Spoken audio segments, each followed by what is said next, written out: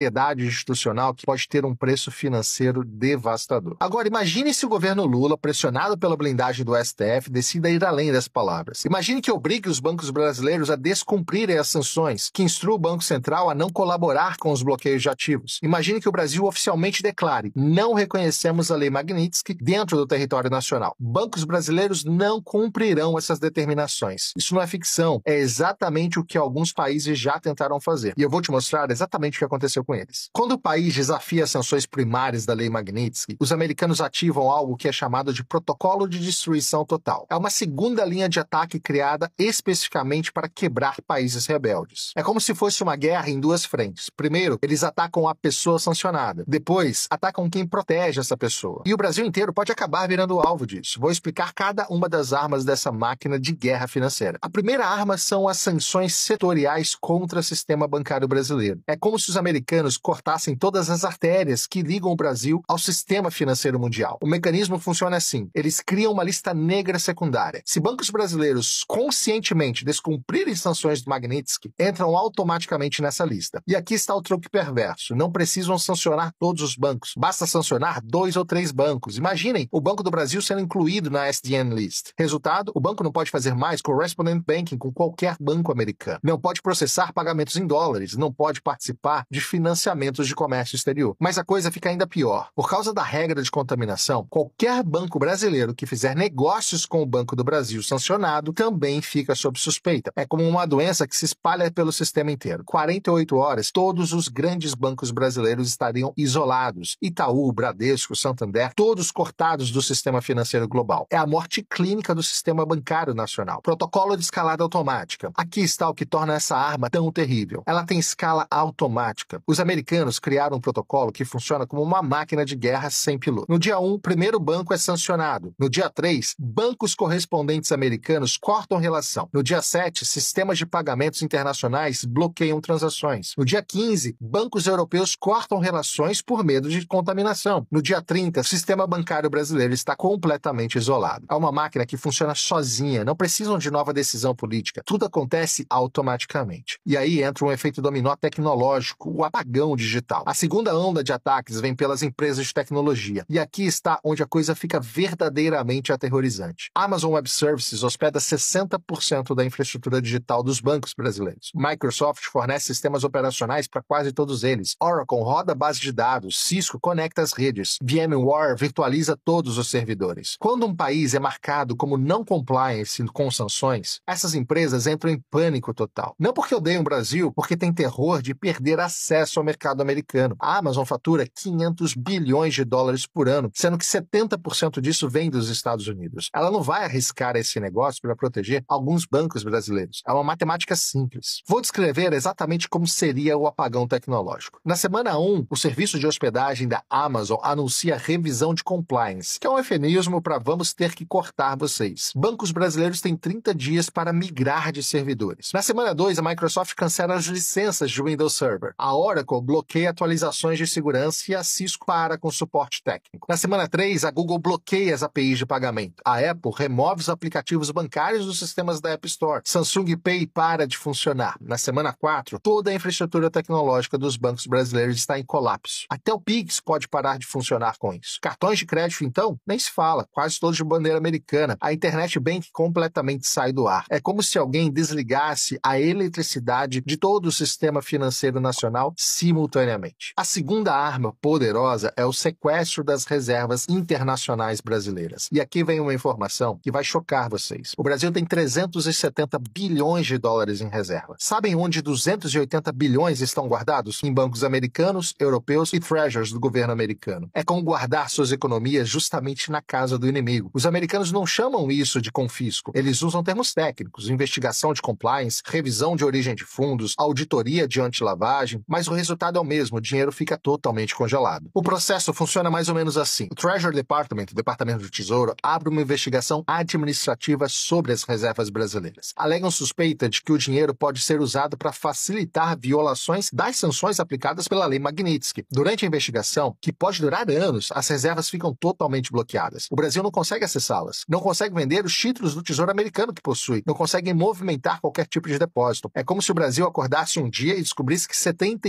95% das suas reservas internacionais viraram papel de parede. Do dia para a noite, o país fica sem capacidade de defender a sua moeda. A terceira arma, a desconexão do sistema SWIFT, é a arma nuclear do sistema financeiro internacional. SWIFT não é americano, ele é belga, na verdade, mas está totalmente dominado pelos americanos. Ele tem poder de veto sobre qualquer tipo de decisão, e quando os americanos pressionam, os europeus sempre cedem. O processo tem 3 fases. Primeiro, fazem a ameaça. SWIFT está revisando a participação de bancos brasileiros devido a violações de compliance de sanções. É um tiro de advertência. Bancos internacionais ficam apavorados, começam voluntariamente a reduzir transações com o Brasil. É como se o Brasil começasse a ficar com lepra financeira. Segundo, começam o isolamento seletivo. Bancos brasileiros ainda podem usar o SWIFT, mas com muitas restrições. Transações começam a demorar muito mais do que o tempo normal, e os custos ficam ainda maiores para as transações vindas do Brasil. É como se transformassem todas as autoestradas em estradas de terra e completamente esburacadas. Você ainda consegue chegar no seu destino, mas vai demorar 3, 4 vezes mais tempo, além de custar muito mais caro. E o terceiro, se o Brasil continuar resistindo à desconexão total, bancos brasileiros são simplesmente expulsos do sistema SWIFT. Resultado, o Brasil vira uma ilha financeira sem poder negociar com qualquer lugar do mundo. Não consegue receber pagamentos de exportações, não consegue pagar importações realizadas, o comércio internacional brasileiro para completamente, entrando em total colapso. A quarta arma, transformar commodities brasileiras em produtos tóxicos. É uma arma de destruição massiva econômica. O Brasil exporta 280 bilhões de dólares por ano, 65% são commodities. Soja, milho, café, minério de ferro, petróleo. Imaginem se esses produtos virassem radioativos comercialmente, ou seja, ninguém poderia comprar do Brasil sem sofrer algum tipo de sanção dos Estados Unidos. Os americanos criam o que chamam de lista de contaminação comercial. Qualquer empresa que comprar commodities brasileiras, enquanto o Brasil proteger sancionados pela lei Magnitsky, pode ser também sancionada. É uma estratégia de terror psicológico. Eles não precisam sancionar todas as empresas. Basta sancionar 2 ou 3 grandes, como exemplo que todas as demais irão seguir. Imagine que sancionem as americanas Cargill e Youngster Daniels Midland por comprarem soja brasileiro, que são grandes compradores. No dia seguinte, todas as outras trade companies param de comprar com medo de também serem sancionadas. É como se criassem uma epidemia de medo no mercado de commodities. O Brasil vira pária comercial do dia para a noite. A quinta arma, uma que pouca gente conhece, mas é devastadora: pressão sobre as seguradoras internacionais. Todo comércio internacional depende de seguros. Navio carregando soja precisa de um seguro marítimo. Avião carregando café vai precisar de seguro de carga também. Até a refinaria de petróleo precisa de seguro de responsabilidade civil. E 95% das seguradoras internacionais são americanas ou europeias. A Lloyd's de Londres, a AIG, a Zurich, Allianz. Quando americanos pressionam, elas param de segurar cargas brasileiras. Resultado, navios param de sair dos portos brasileiros. Aviões param de carregar produtos brasileiros. É como se o Brasil fosse declarado não segurável. O olho que tudo vê. E aqui está o ponto mais aterrorizante. Os americanos têm tecnologia para detectar qualquer tentativa de burlar essas sanções em tempo real. Eles criaram algo que chamam de matrix financeira. É um sistema de inteligência artificial que monitora trilhões de transações globalmente, 24 horas por dia. Cada transferência bancária gera 200 pontos de dados: origem, destino, valor, horário, tipo da moeda, bancos intermediários, código SWIFT, até localização geográfica dos dispositivos usados. Inteligência artificial processa esses dados em tempo real. Machine Learning identifica padrões suspeitos. Se você transferir dinheiro para alguém sancionado usando um banco intermediário lá em Singapura, eles detectam em apenas 30 segundos. Mas vai além da tecnologia. Eles criaram uma rede de informantes digitais. Exchanges de criptomoedas, por exemplo, reportam transações suspeitas. Fintechs vão compartilhar dados de compliance e até empresas de cartão de crédito também viram espiões. É como se cada transação financeira no mundo fosse monitorada por um exército de algoritmos e também de delatores digitais. Para entender o poder dessa arma, veja o que fizeram com a Rússia em 2022. Em 72 horas, destruíram a economia russa. No dia 1, sancionaram os bancos russos. No dia 2, cortaram o acesso ao SWIFT. No dia 3, congelaram 300 bilhões em reservas do Banco Central Russo. Resultado? O rublo desvalorizou 50% em uma semana. A inflação disparou 20%. O PIB do país contraiu 8% só no primeiro ano. E aqui está o detalhe principal. A Rússia teve 15 anos para se preparar para essas sanções. Criou sistemas alternativos, acumulou ouro, fez parcerias com a China e, mesmo assim, a economia russa foi praticamente devastada. Vou dar exemplos mais detalhados de países que desafiaram o sistema americano. O caso do Irã, a lição de resistência. Entre 2010 e 2018, o Irã tentou resistir às sanções nucleares, criou um sistema bancário alternativo, usou permuta de mercadorias e até criou uma moeda digital própria. Os americanos americanos responderam com sanções secundárias massivas, cortaram qualquer empresa que fizesse negócio com o Irã do sistema financeiro americano. O resultado veio em números. O PIB iraniano caiu 25% em 5 anos. A moeda se desvalorizou 90%. As importações caíram 80%. O país quase entrou em um colapso social. Só em 2018, o Irã capitulou e aceitou negociar um acordo nuclear. Mesmo assim, muitas sanções continuam até hoje. Outro caso da Venezuela, uma morte lenta. Venezuela tentou proteger funcionários sancionados usando bancos privados e empresas estatais. Os americanos escalaram gradualmente. Primeiro sancionaram Maduro, depois ministros, depois toda a PDVSA, que é a principal estatal petroleira da Venezuela, além do Banco Central e finalmente toda a economia venezuelana. O resultado disso é mais do que conhecido, né? O PIB venezuelano caiu 75% em 8 anos. A hiperinflação destruiu a moeda. 7 milhões e meio de venezuelanos deixaram o país, o que é 25% de toda a população. A Venezuela hoje é um cadáver econômico. Hoje produz apenas 10% da sua capacidade, o que antes eram 3 milhões de barris de petróleo por dia, hoje são apenas 300 mil. Já o caso da Coreia do Norte, um isolamento eterno. A Coreia do Norte criou um sistema financeiro paralelo, mais sofisticado que existe. Bancos em Macau, empresas fantasmas em Hong Kong, até hackers cibernéticos para roubar dinheiro. Americanos simplesmente declararam: qualquer banco que toque em dinheiro norte-coreano será banido do sistema americano. Resultado: isolamento financeiro total há mais de 20 anos. O país só sobrevive porque China viola as sanções secretamente. Mesmo assim, a economia está em colapso permanente. A lição desses casos é clara: não importa quais alternativas você crie. Se os americanos decidirem te quebrar financeiramente, eles vão conseguir. O sistema financeiro global é como uma teia de aranha gigante e os americanos estão no centro dela. Qualquer vibração na teia, eles vão sentir. Qualquer movimento suspeito, eles vão atacar. O Brasil está completamente vulnerável. Mais vulnerável que o Irã, mais vulnerável que a Venezuela e mais vulnerável que até mesmo a própria Rússia. Isso porque a nossa economia é totalmente integrada ao sistema americano. Agora, vou simular exatamente o que aconteceria se o Brasil desafiasse as sanções Magnitsky. É um exercício de análise de risco que todo brasileiro precisa entender. Primeira semana, os americanos enviariam um ultimato formal. O Brasil tem 7 dias para instruir seus bancos a cumprirem as sanções contra Alexandre de Moraes ou enfrentará sanções secundárias. O governo brasileiro responde: não reconhecemos autoridade americana sobre nosso sistema judiciário. Os bancos brasileiros não cumprirão essas sanções. Wall Street Journal, Financial Times, Bloomberg começam cobertura 24 horas desse evento. Investidores internacionais entrariam em pânico imediato. O risco do país dispara. Na semana seguinte, as primeiras retaliações começam. Primeira onda de sanções secundárias. 3 bancos americanos cortam o sistema de correspondent banking com o Banco do Brasil, Bradesco e Itaú, os maiores do país. Resultado imediato disso, o dólar salta de 5,50 para 7 dólares em uma semana apenas. A bolsa despenca praticamente uns 30% e a fuga de capital supera os 20 bilhões de dólares. Empresas começam a cancelar importações aos montes, não conseguem mais obter cartas de crédito, por exemplo. Os portos param de receber navios que dependem de financiamento internacional. Na terceira semana, as empresas de tecnologia entram no jogo. Microsoft avisa que vai cancelar licenças de bancos brasileiros em 30 dias. Amazon suspende novos contratos com bancos brasileiros. Google bloqueia sistemas. Agora, vou explicar algo que nenhum político quer te falar. O preço humano real que os brasileiros pagariam se o governo decidisse proteger Alexandre de Moraes. Não é sobre economia abstrata não, tá? É sobre vida e morte. O primeiro impacto seria uma catástrofe sanitária sem precedentes. Eu vou te explicar por quê, não é exagero. E aqui está um dado que vai chocar vocês. O Brasil importa 95% dos ingredientes farmacêuticos ativos. Significa que 95% dos medicamentos vendidos no Brasil dependem de importações. Insulina para diabéticos, quimioterapia para pacientes de câncer, medicamentos para HIV ou remédios psiquiátricos. Sem acesso ao sistema financeiro internacional, laboratórios estrangeiros param de aceitar pagamentos brasileiros. É como se cortassem o oxigênio de um sistema de saúde nacional inteiro. Além disso, em relação a equipamentos médicos, seria ainda pior. O Brasil importa 80% dos equipamentos hospitalares. Marca-passos, desfibriladores, máquinas de hemodiálise, tomógrafos, respiradores. Imaginem hospitais com pacientes de UTI e os respiradores parando de funcionar porque não conseguem importar peças de reposição, por exemplo. Não conseguem pagar fornecedores estrangeiros. Cirurgias cardíacas canceladas porque não há como importar válvulas. Transplantes suspensos porque não há como pagar medicamentos anti-rejeição. Em 6 meses, teríamos uma crise humanitária comparável a uma guerra para praticamente. Milhares de mortes evitáveis por falta de medicamentos e equipamentos. Segundo impacto, a destruição do sistema alimentar brasileiro. E aqui um outro dado terrível. O Brasil importa 85% dos fertilizantes que usa. E sem fertilizantes, a produtividade agrícola despencaria pelo menos 60% em uma safra. Os preços dos alimentos disparariam. Arroz, feijão, carne, leite, tudo ficaria praticamente inacessível para a população mais carente do Brasil. Mas vai além da produção. O Brasil exporta 80 bilhões de dólares em produtos agrícolas por ano. Sem acesso ao sistema financeiro internacional, as exportações praticamente parariam. O resultado disso é que o agronegócio praticamente quebraria. Milhões de empregos rurais seriam perdidos, cidades do interior entrariam em colapso total por conta da economia ser dependente desse mercado. O terceiro impacto seria uma crise energética. O Brasil importa 70% do petróleo que refina aqui dentro. Importa 40% do gás natural que consome. Sem poder pagar fornecedores internacionais, as refinarias parariam, os postos de combustíveis ficariam sem gasolina, caminhões param de rodar, a distribuição de alimentos colapsa, usinas termoelétricas ficariam sem gás, e isso causaria uma instabilidade no sistema elétrico. As indústrias param de produzir por falta de energia confiável dentro do país. É como se voltássemos lá no século XIX, economia baseada em carvão e lenha, desenvolvimento de décadas perdido em meses. O quarto impacto é que o Brasil vira um país isolado tecnologicamente. Sem Google, sem Microsoft, sem Amazon, sem Apple, as universidades perdem acesso a jornais científicos, pesquisadores ficam isolados da comunidade internacional. A medicina perde acesso a bases de dados médicas globais, empresas perdem acesso a softwares internacionais e bancos ficam sem sistema de segurança atualizados. Fintechs param de funcionar e estudantes não conseguem usar plataformas educacionais internacionais. O Brasil vira um país academicamente isolado, como a Coreia do Norte é, por exemplo. E, obviamente, um outro impacto é o êxodo massivo da classe média alta. Qualquer brasileiro que tenha condições financeiras tentará sair do país. Médicos, engenheiros, cientistas, empresários, todos tentando emigrar antes que seja tarde demais. É como se o cérebro do país fosse sugado para fora. Universidades ficam sem professores qualificados, hospitais sem médicos especialistas, empresas sem executivos competentes para liderá-las. Em 2 anos, o Brasil perderia 30% de sua população mais qualificada. É um genocídio intelectual isso. O sexto impacto seria a destruição do sistema previdenciário. Imagina fundos de pensão brasileiros que têm 50% de investimentos em títulos estrangeiros. Com essas aplicações congeladas, aposentadorias poderiam parar de ser pagas. É como se roubassem décadas de contribuições previdenciárias e idosos ficam totalmente desamparados, com famílias inteiras entrando em completo desespero. E aqui está o dilema moral que vai definir o futuro do Brasil. De um lado, proteger a independência de um ministro do STF. Do outro, proteger 220 milhões de brasileiros de uma catástrofe humanitária. De um lado, manter o orgulho nacional e do outro, evitar que milhares morram por falta de medicamentos importados, por exemplo. De um lado, resistir ao imperialismo americano e do outro, permitir que o Brasil continue negociando com todo o restante do mundo. A realidade é que a soberania é um luxo que países dependentes não podem pagar. E o Brasil é brutalmente dependente do sistema internacional. Não temos medicamentos próprios, não temos fertilizantes próprios, não temos tecnologia própria, não temos sistema financeiro independente. Somos um país com pretensões de potência, mas com a vulnerabilidade de um país subdesenvolvido. E essa contradição seria exposta de uma forma brutal. A realidade é brutal, mas precisa ser dita. O Brasil não tem condições de desafiar o sistema financeiro americano. A Lei Magnitsky não é apenas uma ferramenta jurídica, é uma arma geopolítica que pode destruir economias inteiras, como já fez antes. E o Brasil está totalmente vulnerável a ela. A verdadeira lição aqui não é sobre Alexandre de Moraes ou STF, é sobre poder real no mundo moderno. Poder real não está em constituições ou soberania formal, está no controle de sistema financeiro global. E esse controle está lá em Washington. O que vai acontecer nos próximos meses determinará não só o futuro de Alexandre de Moraes, mas o futuro da relação entre Brasil e Estados Unidos. Uma coisa é certa, a hora da inocência acabou. Autoridades brasileiras agora sabem que estão sujeitas ao escrutínio americano. E saiba, isso muda todo o jogo. Se você quer entender como essas pressões geopolíticas afetam sua vida, se inscreva no canal. Na próxima semana eu vou explicar como os outros países criaram sistemas financeiros alternativos e por que eles fracassaram. E deixa nos comentários, você acha que o Brasil deveria resistir ou ceder às pressões dos americanos? O debate está aberto, mas as consequências, elas são reais. No final das contas, estamos assistindo o maior teste de soberania nacional da história brasileira recente. E a conta desse teste pode ser paga por cada um de nós. Porque quando impérios financeiros entram em guerra, quem paga o preço acabam sendo os cidadãos comuns.